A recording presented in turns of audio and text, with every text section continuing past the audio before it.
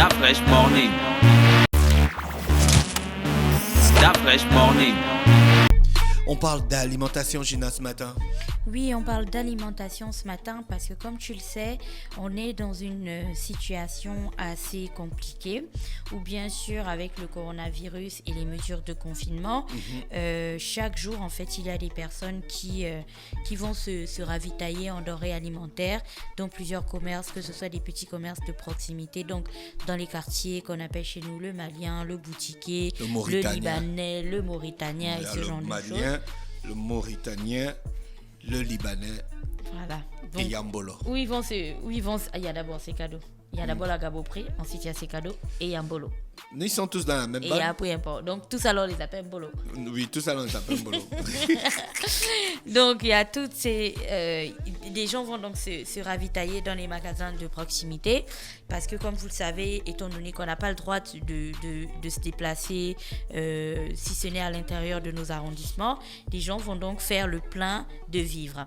Alors même si cela nous place tous dans une situation assez inconfortable et assez inédite, je dois dire, parce que jamais de l'histoire de notre pays, je pense jamais une radio n'avait été aussi musicale. Oui, jamais un pays n'avait été aussi confiné.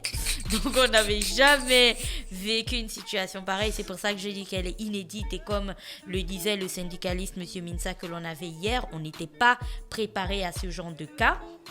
Ce qui fait en sorte que dans cette situation, chaque jour, en fait, on découvre à la fois le bon, mais le moins bon aussi des êtres humains, entre ceux qui ont mis en place ou ceux qui valorisent ou ceux qui expérimentent tous les jours la solidarité, donc ils se tiennent les mains en essayant de s'aider, de s'entraider les uns les autres. Et puis, de l'autre côté, vous avez le côté sombre même des êtres humains, donc ceux qui, dans une situation déjà catastrophique, déjà grave, déjà criarde et déjà dangereuse, trouvent encore le moyen en fait de la rendre encore plus dramatique pour certaines personnes à travers des actions qu'ils poseraient. Et donc aujourd'hui, j'ai décidé de parler de la question des aliments et du contrôle sanitaire parce que comme je le disais en entrée, étant donné que tout le monde va faire ses courses en ce moment, tout le monde va acheter à manger en ce moment, tout le monde emmagasine un petit peu des denrées à la maison, c'est un petit peu la folie, l'euphorie et la panique. Donc tout le monde part, tu rentres, par exemple la dernière fois, je voulais des sardines. Mais la sardine est devenue comme moi je la cherchais, la boîte de sardines c'était samedi dernier, la boîte de sardines et même la sardine fumée aussi, c'est voilà. Donc on cherchait la boîte de sardines, c'était vraiment une denrée laisse tomber, on dirait que tu étais en train de chercher du saumon frais. Tu vois, c'était vraiment dur de trouver des boîtes de sardines parce que tout le monde achète en fait des denrées faciles à conserver et tout ça, et les emmagasine à la maison, ce qui fait en sorte que parfois les commerces n'ont pas le temps de réapprovisionner à temps quand d'autres personnes recherchent. Sauf que dans cette panique et ce brouhaha, il y a des commerçants en fait qui sont sans foi ni loi, sin vergogna, qui dont tout ça en fait participe à rendre encore les choses plus graves en mettant sur le marché des produits qui sont impropres à la consommation. Donc ça, il va des produits frais, mais ça, il va aussi des conserves, des pâtes, du riz et ainsi de suite. Comment ça se passe? On va vous mettre dans des rayons des produits qui parfois ont déjà atteint la date de péremption.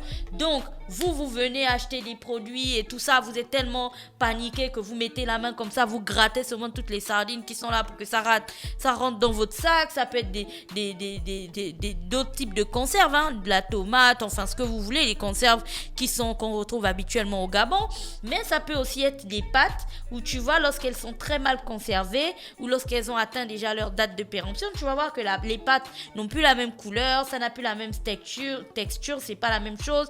Ou alors le riz qui a été très très mal conservé va avoir des sortes de, c'est comme des petites bestioles noires qui rampent à l'intérieur et tout ça, qui se pavanent. Et certains commerces n'ont pas en fait de vergogne, n'ont pas de remords de vendre en fait ce genre de produits aux populations, et sans compter encore les zones de stockage. Donc j'en parlais tout à l'heure, les zones de stockage de ces structures-là, où est-ce qu'on pose le riz lorsqu'il n'est pas disponible à la vente grand public. Vous savez, quand vous rentrez dans un magasin, les zones de stockage donc qui sont souillées, parfois il y a de l'eau qui coule, parfois il y a de l'humidité, parfois c'est sale, parfois c'est posé adossé à un mur qui est rempli de champignons, qui est rempli de moisissures.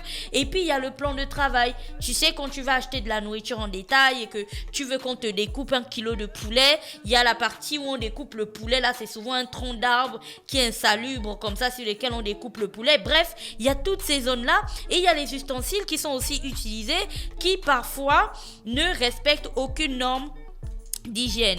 Et comme on est dans une période, comme je le disais, de panique généralisée, en gros, surtout une panique calme, une panique saine, encore qu'une panique calme, je sais pas si ça existe, mais une panique saine où en fait tout le monde veut vite faire et bien faire, personne en fait ne prête attention à ce genre de petites mesures que l'on respecte. Tu vois, avant, lorsqu'on n'était pas tous à la recherche d'il faut que j'emmagasine le maximum de nourriture chez moi, on allait dans les magasins et puis on prenait le temps de regarder la date de péremption sur les boîtes, on prenait le temps de bien observer le riz, est-ce que ça c'est bien, est-ce que je prends ça, est-ce que je prends l'autre. Mais là aujourd'hui, on a tellement envie de vite prendre et de tout prendre qu'on ne prête plus attention en fait à toutes ces mesures là. Et donc de problème en problème, en mettant en place ce genre de choses, ou en suivant ce genre de mesures, on pourrait arriver à d'autres problèmes. Des problèmes liés par exemple à la saleté, à la consommation d'une nourriture impropre, à la consommation d'une nourriture contaminée. Et ça va être pareil pour les mains du personnel et ainsi de suite. C'est vrai qu'en ce moment, on désinfecte les mains de tout le monde lorsque tu rentres dans un commerce, mais même les vendeurs et tous les personnes qui travaillent dans les magasins doivent respecter les mesures d'hygiène. Que l'on soit dans une boulangerie ou que l'on soit je ne sais pas à quel endroit, mais on doit toujours respecter les mesures d'hygiène. Et ça, on doit être intransigeant sur ces mesures-là, coronavirus ou pas coronavirus.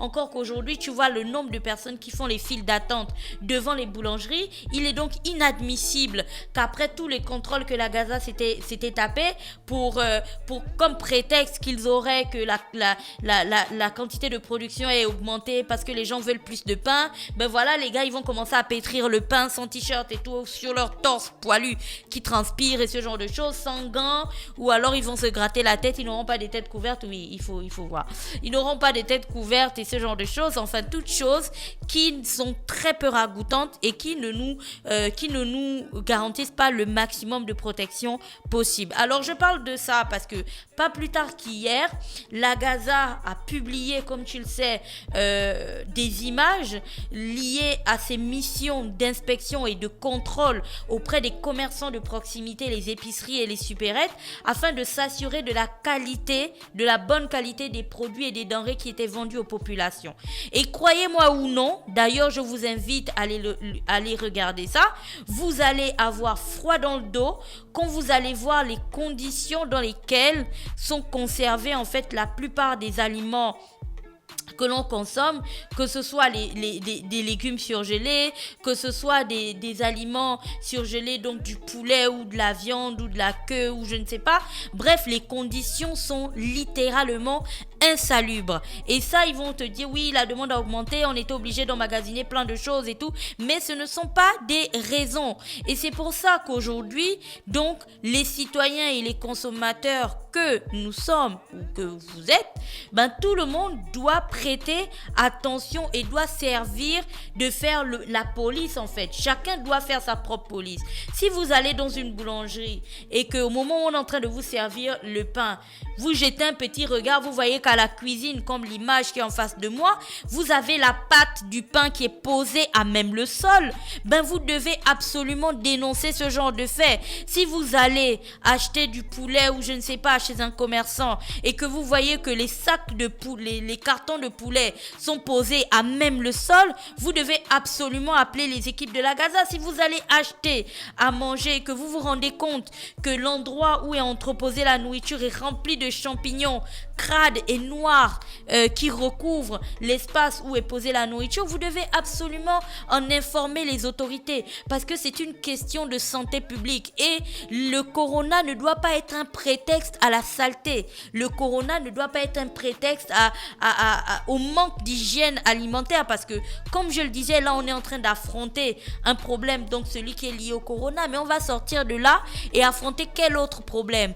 Est-ce que ce sera la fièvre typhoïde? Est-ce que ce sera une autre maladie liée à une intoxication alimentaire? Non, on ne peut pas se permettre parce que le corona, comme je le dis et je le répète, ne doit pas être un prétexte pour aller à l'encontre des règles et à l'encontre de la loi. Et c'est pour ça qu'on se réjouit que jusqu'à aujourd'hui encore la Gaza continue à faire ses missions, mais chaque citoyen est responsable aussi d'une certaine manière il est responsable soit de dénoncer, soit de laisser couler ce genre de fait. Lorsque vous vous rendez compte que vous allez vous fournir en nourriture dans un espace qui est impropre à la consommation, ne vous dites pas juste je ne vais plus jamais revenir ici. Non, faites en sorte que même la personne qui se trouve derrière vous ne revienne plus là-bas. Appelez les agents, dénoncez ce genre de fait. Les pays aujourd'hui qui ont des zones ou qui ont des magasins et des commerçants qui respectent les mesures d'hygiène, c'est parce que le consommateur lui-même a pris conscience de sa responsabilité en tant que consommateur. Ne laissez pas passer. Si vous allez dans un magasin, vous achetez une boîte de conserve, vous rentrez chez vous, la boîte de conserve est atteint la date de péremption, repartez dans le magasin, signalez-le, mais ne vous arrêtez pas là. Appelez aussi la police et appelez la Gaza. Parce que ce qu'ils font avec vous, ils le referont avec d'autres citoyens, ils le referont avec d'autres consommateurs. Et si on a envie de faire en sorte que tout le monde marche droit, on est obligé de rentrer dans un système de dénonciation. Vu qu'on ne saura pas de qui ça vient, ils seront obligés de marcher droit. Donc, ne vous laissez pas entraîner par oui, il faut qu'on achète rapidement à manger, oui, il faut qu'on fasse le plein de pain, il faut qu'on fasse le plein de conserve et tout. Prenez le temps de regarder aussi la qualité des choses que vous mangez. Ça ne sert à rien de se rendre encore plus malade en consommant des aliments impropres à la consommation. Au contraire, il faut imposer une discipline à tous ces commerçants, il faut imposer une discipline à tous ces vendeurs, à tous les revendeurs, à tout ce que vous voulez. Et cette discipline-là doit être imposée pour une raison toute simple. Cette nourriture, vous la payez, c'est bien, vous les payez. Donc il n'y a pas de raison qu'on vous vende en fait des choses qui en réalité ne devraient pas être consommées. Voilà. Merci Gina qui est avec nous ce matin sur les 104.5 Urban FM, la station urbaine dans le Da Fresh Morning, le réveil matinal au plus de la capitale sur la radio. La plus de la capitale, on se retrouve juste derrière. Da Fresh Morning.